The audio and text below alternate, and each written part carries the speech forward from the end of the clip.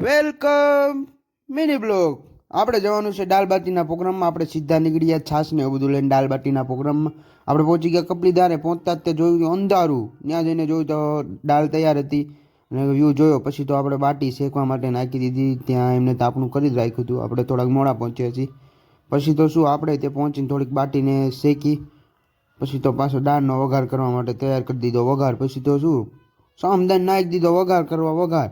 આપણે બોરા ભરી ગયા. બોરા વીણવા માંડ્યા પટ્ટામ પેટ. આપણે તો ખાઈ લીધા બે ત્રણ બોરા. પછી મામા બે ગયા ડુંગળી સુધારવા. પછી તો શું બાટી તૈયાર થઈ ગઈ એક નંબર. પછી મારા મામાએ દાળે મસ્તીની બનાવી નાખી. આપણે બધા પછી બેઠી ગયા. શેઠની બધા આવ્યા હતા જમવા માટે. એટલે શેઠની બધા આવ્યા એટલે આપણે બધા બેસી ગયા. જોઈ લો તમે.